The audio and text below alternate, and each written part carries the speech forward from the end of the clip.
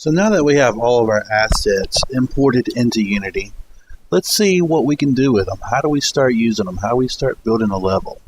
Well, Unity has a nice little system set up in which it uses prefabs to create templates of pre-combined assets to allow you to copy and paste, say something like a hallway that you want to use several times throughout your level. That's why when we build models and assets inside of Maya, we do it piecemeal. We build a wall, we build a floor, we build a ceiling all separately so we can combine them in interesting ways inside of Unity. Prefabs allow us to save those configurations to use and copy and paste. So how do we make a prefab? Well, let's go ahead and assemble a straight hallway. So how do we do that? Well, let's go to our project panel here and navigate to our meshes folder. And let's bring in a simple wall, 01. Alright, great. There's our blank slate wall. Wait, it's disappearing. Well, that's because the normals of the face are only pointing in this direction. Maya, by default, only draws one side of a polygon. That's why it's very important to check your normal faces whenever you're exporting your assets. Alright, so now that we have my wall in, let's slap a texture on there. Before we can put a texture on the mesh, we have to create what is known as a material, or a shader. Alright, I have some pre-made materials right here. Let's go ahead and delete them, and I'll show us how we can make some from scratch. So I'm just going to right-click inside of my materials folder that I made earlier, and let's create a material. So I right-click in the open window, create material. Let's call this wall 01 underscore mat. Alright, so we have our material. If I select it, we can see my inspector, a blank none texture. If you double click on the sphere here, you can hide this and bring it back. So accidentally, sometimes when you're clicking around, you may accidentally hide that. Well, just click it and you can bring back all the texture information right there.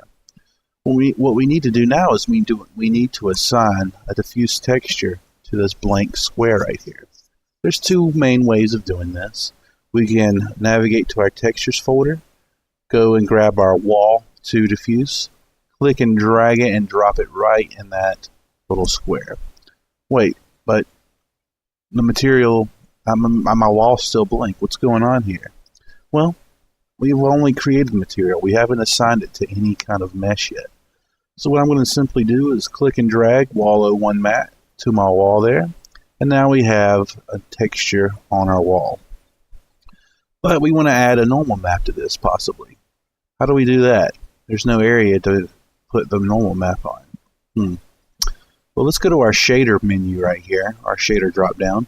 Let's change it to bump diffuse. We have a bunch of different options here, but we want bumped diffuse. And what this will allow us to do is it'll allow us to plug in a normal map. Let's go over the second way in which we can assign a texture to these blank squares. Let's hit the select button right here, and let's find our wall to normal and select it. Now we have a normal map on our wall here, and it's giving us a little bit more interesting texture information. Alright, great. So we have our first wall made.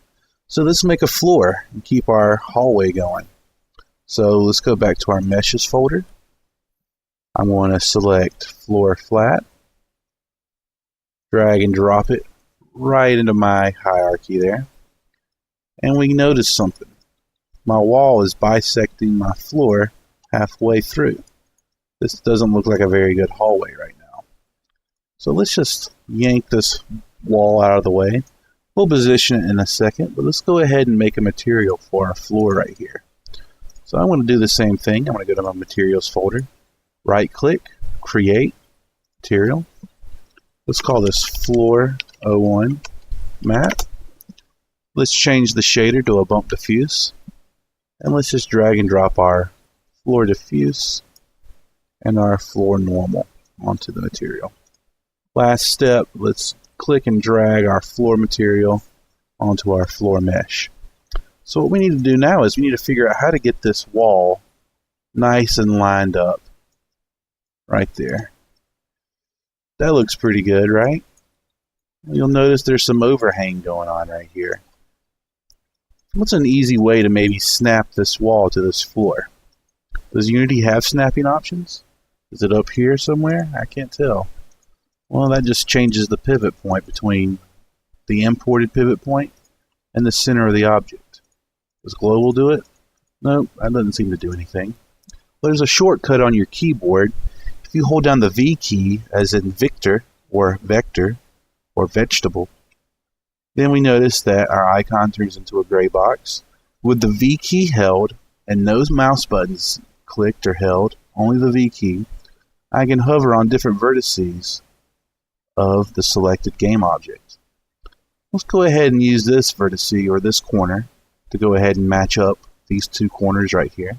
So now with the V key still held, I'm going to left click. Notice that the square turns yellow, and I'm going to hover it to this corner on the floor right there. And that's basically how you snap objects together inside of Unity. It's a very intuitive process once you get used to it. So let's bring in a ceiling now. So I'm going to go to Meshes. Let's go to the Simple Ceiling.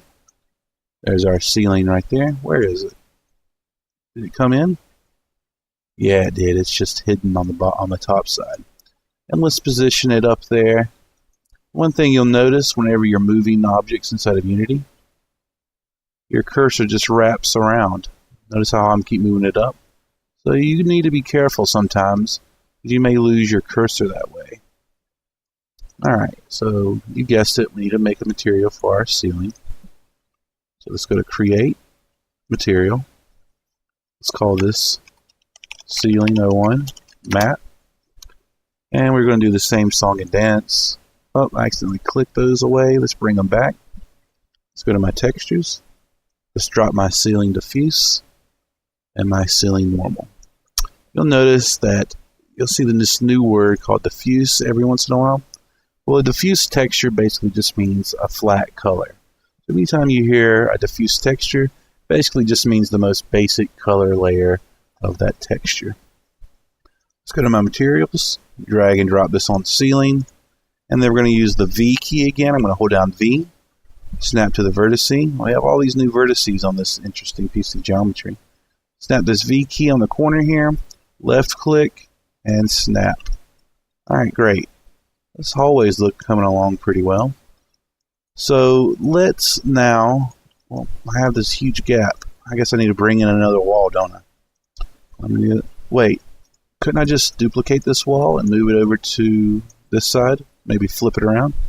We definitely can. So I'm going to select my original wall 01, and I can go to Edit and Duplicate. There's also the shortcut, Control D. I'm just going to hit Control D and use a little shortcut. Alright, so I'll just move out the duplicated wall. And, oh, it's disappeared. I guess I need to rotate it. Let's make use of our inspector here, and let's go to the Transform component, and let's make the Y 180. And that makes sure that it's flipped completely symmetrical to our original wall. Or parallel, rather. Hold down the V key, snap it in place, and now we have a nice little hallway here. Alright, great. Well, let's go a little bit further. Let's add a light to this wall. Okay? That way we don't have to put lights in every single hallway that we make. So let's go over here and let's find our light. And let's just drag it into our hierarchy. We notice that I have my light right here. And why don't we just place it right in the middle right there. Maybe line it up a little bit. There we go. And you'll notice one thing about the material on this. I have a texture called Props Diffuse. Let's see if we can show and explore. You'll notice that my Props Diffuse, where is it? It contains a bunch of different textures for many different props within the scene. Alright, so basically all we have to do is make one material called Props, and we can apply it to multiple different meshes. Let's go into my materials. Let's hit Create, Material. Let's call this Props Matte 01. That's not... Oh, what did I do wrong there? I didn't follow my naming convention, did I? Let's just call this Props Matte. There's only going to be one variation of props, and that's all we need to do. Let's go to bump diffuse. Same song and dance. I'm going to use a little bit different way of doing this with my select I showed you earlier. There's my material. Let's drag and drop it on the light, and boom, we have a light. All right. Well, if it's a light, it's going to need a light source. It's going to have to emit light, right? Well, let me introduce you to putting a light in your scene. So we can go to Game Objects, Create Other, and let's do a nice little point light right here. You'll notice right away that the hallway lights up. We have this point light right here. Let's call this blue light. And we can tweak a few options right here. But first, let's go ahead and position it in a logical position to this light. If I hit F on the keyboard, it snaps everything in the frame. Just use our different camera angles. Put it right in front of that light. Alright, that looks pretty good. What we need to do now is we need to tweak a few components in here. First, we need to give it a kind of a bluish hint, because that light's lens is pretty blue. Not too blue. It just depends on what you want to do. You can make it really blue. I just want to give it a blue tinge right there. Let's see. We can also affect its range. You'll notice its range basically means how far it illuminates. Alright. And we can affect its intensity. I kind of want to give it a low intensity with a nice range. Give it a nice spread out diffuse. That way it gets a little bit bright here. It's not too bright and burning out the wall, but it gives a nice little lit up effect on our wall here. So we have a nice hallway going on. We have a nice light. We have a nice hallway. All of our textures are on there. All of our materials are created. Now we need to make this into a prefab so we can copy and paste it and use it many times throughout our level. So how do we do that? Well, it's as simple as making an empty game object. So we'll go to Game Object, Create Empty. We'll make sure that its transforms are zeroed out. And there's a quick way to do this by clicking on the gear sign. We'll hit Reset there. Now all of our transforms are zeroed out. We'll call this Game Object. Just click on it. We'll call this PFB for Prefab Hall Straight, because it's our straight hallway. It goes in a straight direction. And what we're going to do is we can either drag a box around every object in our scene. I personally like to select them in the hierarchy to make sure that I can get everything. And we're just going to drag and drop it on PFB Hall Straight. Is it a prefab yet? Not quite. To make it a prefab, let's delete these pre-existing ones. To make it a prefab, all we simply have to do is drag and drop it into our project panel, preferably in our prefabs folder. Now we have a prefab. Okay. Effectively, our empty game object, we renamed it, parented all of our objects in our scene, and now we have a hallway straight. Great. So, how can we use prefabs? Well, after I delete it, I can bring it back into my scene. I can bring another one in. Oh, the light just compounded. That's why we need to move it out. And we can use our snapping tool. And now we're getting a nice little hallway. You know what? I'm finding that the light that we've set up is a little too bright when they're put side by side like this. So do I have to go in and fix every single light? Well, one of the powerful things about prefabs is I can go to my prefab in my prefabs folder, select the blue light, and it'll set the intensity for every single prefab light in our scene. That way you can make nice global changes to just one little attribute or one little game object inside of a prefab. I'm liking that a little bit more. I can even affect the range. That's looking pretty good. That's looking pretty lit up. So now that we've seen that we can affect global changes through a prefab, why don't we make a variant of a prefab? Let's create a corner wall. So I'll just duplicate this hall straight. Now let's make a corner piece so somebody can turn a 90-degree angle in our level. We'll go ahead and snap it into place. And we're going to do a few things here. We can either get rid of this wall or get rid of this wall. I'm going to choose to get rid of this wall so we don't have to worry about the light too much. I got rid of that wall. What are we going to do now? Notice that whenever I made a deletion to a part of this prefab, it's no longer lit in blue. That's because Unity knows that I've broken this prefab, so it can't be considered the same prefab anymore. Let's call this corner right. Oh, that's not how you spell corner. Let's get rid of that B. Corner right or left, depending on your point of view. What we need to do now is we need to bring in another mesh to plug up this hole right here. I think I have just the one. Is it wall 02? Let's see. Wall 02 has that little thing right there. See, I have to take into account this little gap right here. I don't like wall 02. Will wall 03 work? Wall 03 is even more intricate. Let's see if we can make it work for us. Okay. What I'm going to do is I'm going to rotate it by 90 degrees.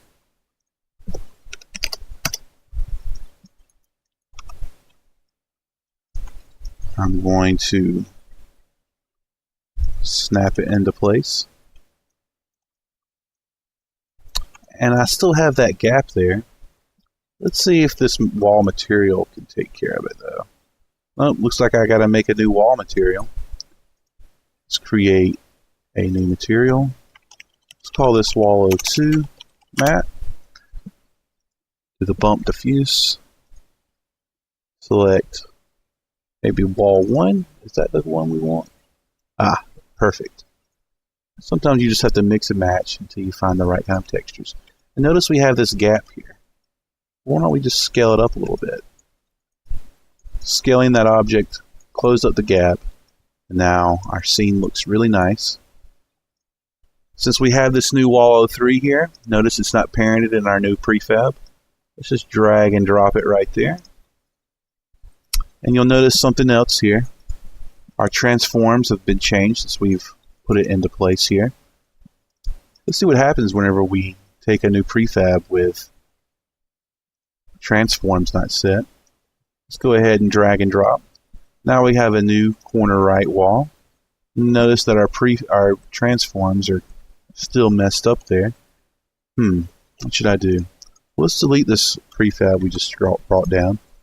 And we'll notice that if any prefab in your scene has its prefab deleted in its project folder, it turns its red. Basically, that reminds you, hey, you deleted this prefab. If you want to save it, you need to drag it back down here. Before we do that, let's go ahead and reset our transforms on it so it's zeroed out. And now let's make it a prefab by dragging and dropping it into our project folder. You'll notice now that our transforms on both prefabs are set to 0, 0.